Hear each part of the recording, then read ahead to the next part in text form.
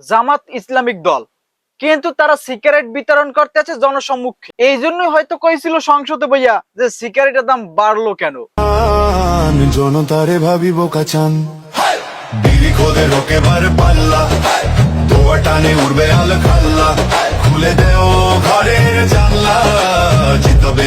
কিন্তু এখানে কথা আছে, আমরা বাঙালি তালের তিল বানাইতে পারি, তিলের তাল বানাতে পারি।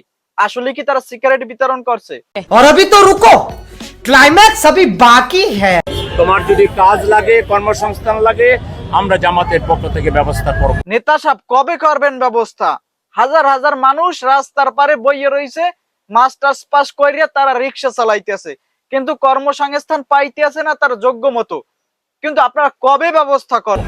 তোমার যদি বিয়ে শাদী না হয়ে থাকে, তোমার জন্য ভালো পাত্রী ব্যবস্থা করে দিব। কথায় আছে না, পুরান পাগলে ভাত পায় না, নতুন পাগলের আমদামি। তো এই মিছিলে নামলে বা জনসম্মুখে গেলে হাজার হাজার কথা বলা যায়, কিন্তু কয়জনে কাজ কইরা দেখাইতে পারছে? তোমাকে আমরা টেক কেয়ার করব, চিকিৎসা দিব।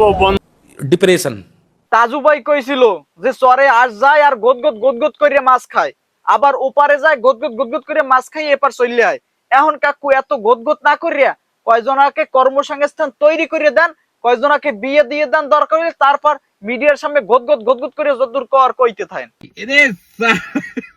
বন্ধু, তবুও তুমি মাদকের পথে যায় না, তামাকের পথে যায় না, নেশার পথে যায় না। কাকু আমি যতই বিতরণ করেন কাগজ, আর যতই জনসম্মুখে নেতাদের মাঝে, যতই মানুষের মধ্যে গদগদ করিয়াই জনসম্মুখে ইয়ে কথা কন, তবু কাজ হবে না। তবে যার পোলা তার যদি চিন্তা না থাকে, যার পোলায় নষ্ট হইতেছে তার যদি চিন্তা না থাকে, আমি গদগদ করে কাকু কিচ্ছু করতে পারবেন না। এটা বক্সে দেওয়ার কারণে অ্যাট্রাকশন তৈরি হচ্ছে যে কি জিনিস বলে দেখতেছে, একটা চিঠি আছে ভিতরে। তারা যদি একমত হয়, তা একমত হলে সেখানে তারা সাইন করবে যে হে আমরা একমত হলাম। এইভাবে তরুণদেরকে, যুবকদেরকে জাগিয়ে তোলার জন্য আমরা এই বক্সের মাধ্যমে একটা লেটার তরুণ সমাজের প্রতি আমরা দিয়েছি, আমার পক্ষ থেকে দিয়েছি। কিন্তু কাকু আম্মে দেশেন তাল, এনে বানাই ফেলাইছে তিল।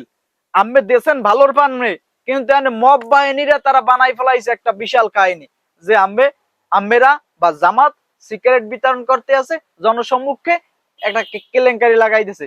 কিন্তু আসলে কি তারা কি সিগারেট বিতরণ করেছে? একটা খুলে দেখাবেন কিনা আসলে? জি জি, একটা খুলে দেখাতে পারে। ছেলে ভালো হওয়ার আগে পরিবারকে ভালো হতে হবে।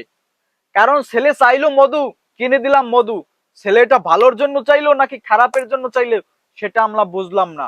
অথচ ছেলে যে তলে তলে নষ্ট হয়ে যাইতে আছে, পরিবারের সন্তানরা যে নষ্ট হয়ে যাইতে আছে, সেটা কিন্তু পরিবারের বুঝতে আছে না।